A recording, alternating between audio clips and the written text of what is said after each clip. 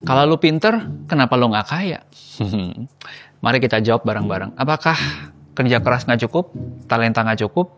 IQ nggak cukup? Atau ada faktor X yang teman-teman perlu perhitungkan? Mari kita ulik berdasarkan data sains, pengalaman gue pribadi, pengalaman dari orang luar sana, dan seperti biasa, karena banyak yang suka, gue akan ulik sambil gue coret-coret di sini. Let's go. Kalau lo butuh bocoran cepatnya, gue kasih langsung datanya ya. Untuk setiap kenaikan 1 poin IQ, itu berpengaruh pada kenaikan penghasilan $200-600. Masalahnya adalah, dari 700 miliuner di Amerika yang diteliti, rata-rata IPK mereka cuma 2,9. Missing linknya ada di mana? Terus lo inget deh, mungkin zaman lo SD, SMP, ada teman-teman lo yang ikut Olimpiade Matematika, Fisika, yang pinter banget, ranking 1. Semua orang mikir, wah, kalau sepinter ini, dia pasti sukses dalam hidup. Tapi kenyataannya, fast forward ke zaman sekarang, banyak teman-teman kita yang dulu mungkin kerjaannya lebih banyak tidurnya, gitu ya, nilai seadanya, nggak serajin yang si pinter, tapi bisa lebih kaya. Kok bisa? Bukannya orang pintar itu rajin, belajarnya cepat. Ada 2 faktor yang lebih ngaruh daripada kerja keras atau bahkan dari IPK. Salah satunya absurd menurut gua dan di luar kendali kita. Kita selidiki ya. Eksperimen pertama dari seorang dokter namanya Jagorsky tahun 1979 sampai 2004, dia melakukan riset ke 7.000 baby boomers selama 25 tahun diikutin prosesnya mereka. Jadi ini longitudinal study, legitimasinya bagus ya menurut gue ya. Di-interview terus sebanyak 21 kali sepanjang hidup mereka. Mereka pakai ukuran kepintaran yang berdasarkan tes militer Amerika. Ada 4 poinnya. Pertama, word knowledge. Kedua, paragraph comprehension atau ngerti bacaan. Ketiga, arithmetic reasoning atau logika hitung-hitungan. Keempat, math knowledge atau pengetahuan matematika dasar. Ini dipakai sebagai ukuran pengganti skor IQ. Dan hasilnya, seperti yang gue udah ceritain, semakin tinggi IQ lo, semakin tinggi juga penghasilan lo. Contoh nih ekstrimnya, orang yang IQ-nya 130 dibandingin dengan orang yang IQ-nya 100, bisa beda penghasilan antara $6.000 sampai $18.000. Itu bedanya 100 juta sampai 350 jutaan tuh guys. Jadi terbukti IQ berpengaruh. Wajar lah ya, menurut gua masuk akal. Nah yang menarik adalah di tes yang kedua, waktu Dr. Jagorsky mengecek total kekayaan dari orang-orang ini, ternyata kagak ada hubungannya sama IQ. Malah orang-orang yang IQ-nya 105 punya rata-rata kekayaan bersih yang lebih tinggi daripada orang yang IQ-nya 110. Yang lebih gong lagi, mereka yang IQ-nya tinggi nih, rata-rata nggak jago ngatur duit guys. Risetnya 9% dari mereka itu pakai kartu kredit sampai mentok, 18% itu mereka telat bayar, 13% bangkrut. Kesimpulannya gini teman-teman, IQ berpengaruh pada kenaikan penghasilan, tapi tidak berpengaruh pada kekayaan total. Artinya, pinter menghasilkan uang dan pinter mengelola uang adalah 2 hal yang berbeda. Penghasilan tinggi gak berarti lu akan terbebas dari masalah keuangan. Oke, camkan baik-baik teman-teman ya. Kalau perlu jadiin wallpaper di handphone lu. Bentar.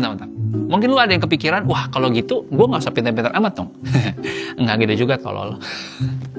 Zaman sekarang kayaknya kalau ngajarin orang harus tolol-tololin orang ya? Enggak ya? Enggak. Catat, tinggi IQ sama dengan lebih pintar ngasilin duit, tapi tinggi IQ nggak sama dengan pintar ngelola duit. Itu aja, tapi IQ berpengaruh. Riset kedua, ini gue suka banget, karena dilakukan di Italia, di Universitas Catania, oleh Alessandra Andrea Alessio. Menariknya, yang 2 adalah fisikawan, yang 1 adalah ekonom. Mereka bertiga coba jelasin secara matematis kenapa kekayaan itu atau kesuksesan itu justru nggak jatuh ke orang-orang yang paling berbakat. Ini hasilnya. Catatan pertama ini penting banget.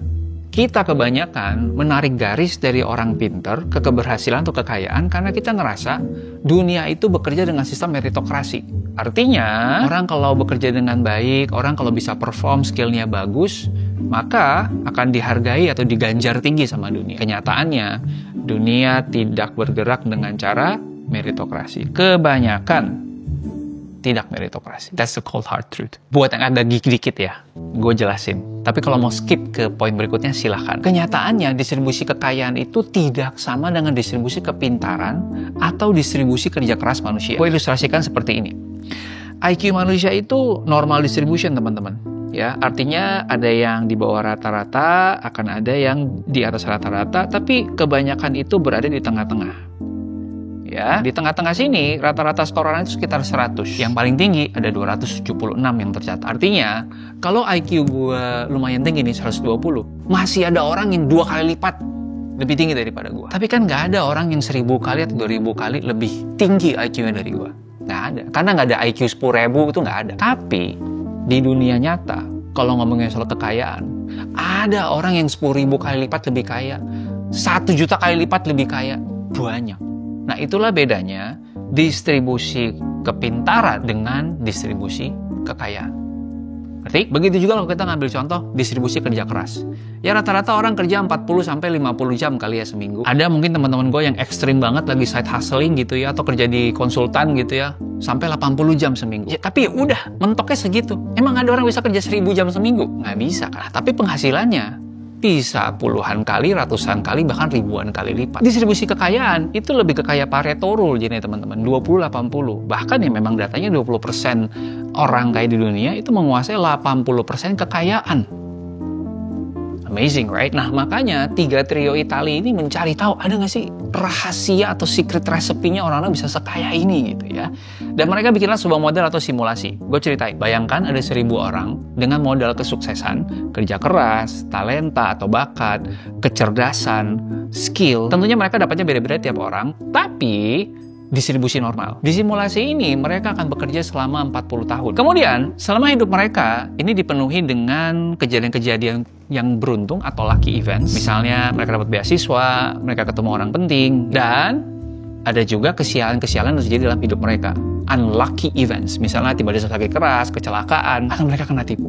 Nah, titik-titik ini dihadirkan dalam simulasi secara acak dan kadang-kadang nabrak mereka di saat-saat yang mereka nggak tahu. Menariknya, kalau orang ini ketabrak keberuntungan, maka dia punya kesempatan untuk bisa ngedobel modalnya dia. Tapi, ini cuma bisa terjadi kalau orang itu bisa memanfaatkan keberuntungan tersebut. Sebaliknya, kalau orang itu mengalami unlucky events atau kesialan, maka modalnya dia akan berkurang setengahnya. Tapi teman-teman paham ya, nggak peduli seberapa pintar, seberapa dia jago, kalau ketemu unlucky events, setengah modalnya berkurang. Hasilnya gimana? Ternyata orang-orang yang paling sukses, bisa ditebak? Yes, bukan orang yang paling jago, bukan orang yang paling kerja keras, tapi orang yang paling hoki atau beruntung. Walaupun dia skill atau kerja kerasnya biasa-biasa saja. Saking nggak percayanya mereka sama hasil simulasi ini, mereka ngulang 100 kali simulasinya.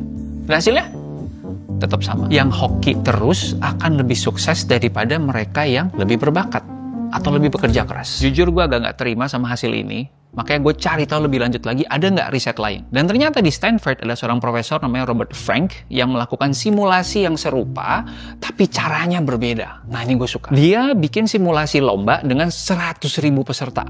Ya, jadi sampelnya banyak banget. Semua peserta ini dikasih 3 hal yang dinilai. Pertama, kerja keras, 2 bakat, 3 keberuntungan. Dan semuanya itu dikasih skor yang berbeda-beda. Misalnya keberuntungannya 90, atau ada yang kerja kerasnya 70, ada yang bakatnya 50. Nah, itu diacak-acak tuh. Dengan skor yang beda-beda, semua punya bobot yang sama. Bedain skor sama bobot ya. Bobotnya adalah 49% bakat, 49% dipengaruhi kerja keras, dan 2% dipengaruhi oleh keberuntungan. Jadi keberuntungan cuma memegang peran, keberhasilan berapa? 2% saja. Dan pemenangnya dari simulasi ini adalah orang-orang yang akhirnya punya skor tertinggi dari gabungan 3 kategori tadi. Lomba ini kemudian disimulasikan sebanyak 1000 kali. Hasilnya gimana? Iya, terkonfirmasi lagi teman-teman.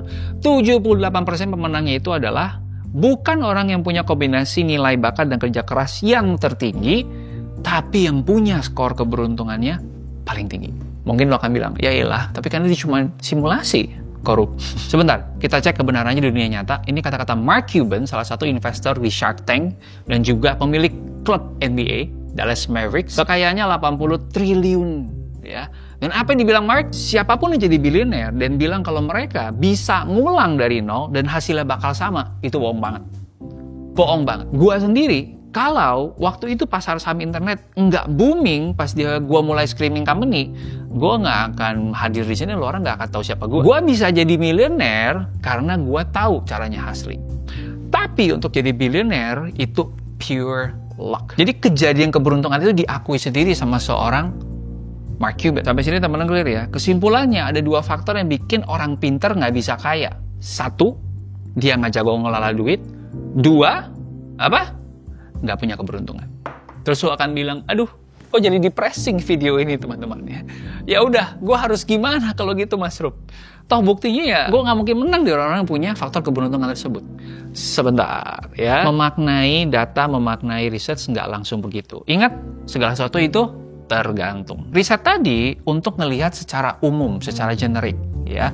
Tapi spesifik di konteks tertentu bisa beda. Pertama, kecerdasan dan keterampilan, skill itu tetap penting untuk nambah penghasilan kita. Catat itu dulu. Gue percaya banget katanya Dr. Daniel Goleman yang nulis buku Emotional Intelligence. Dia bahkan bilang IQ itu masih penting banget untuk kita lewatin filter supaya bisa masuk ke sebuah perusahaan dan bertahan di sebuah pekerjaan. Misalnya, buat lu jadi pengacara, buat lu jadi engineer, buat lu jadi eksekutif level gitu ya, yang lumayan tinggi posisinya, kita semua tahu gajinya bisa sampai 3 digit. Lu butuh IQ yang sekitar 1 standar deviasi dari rata-rata. Itu sekitar 115 minimal. Terus ada juga teman-teman dari manajemen consulting yang kerja di McKinsey, BCG, Bain. Kalau dari survei akun LinkedIn 3.000 konsultan, teman-teman, 40%-nya itu lulusan kampus-kampus top di dunia. Harvard, Yale, Stanford. Teman-teman tahu persentase penerimaan di kampus-kampus itu?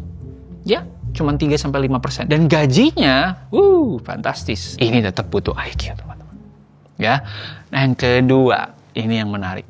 Gua percaya kita masih tetap bisa menciptakan keberuntungan kita sendiri. Tadi kan bobot keberuntungannya cuma 2%. Tapi gue tanya sama lu, kalau bobot keberuntungannya 2%, lu mau coba 10 kali, ketemu nggak keberuntungannya? Nggak ketemu.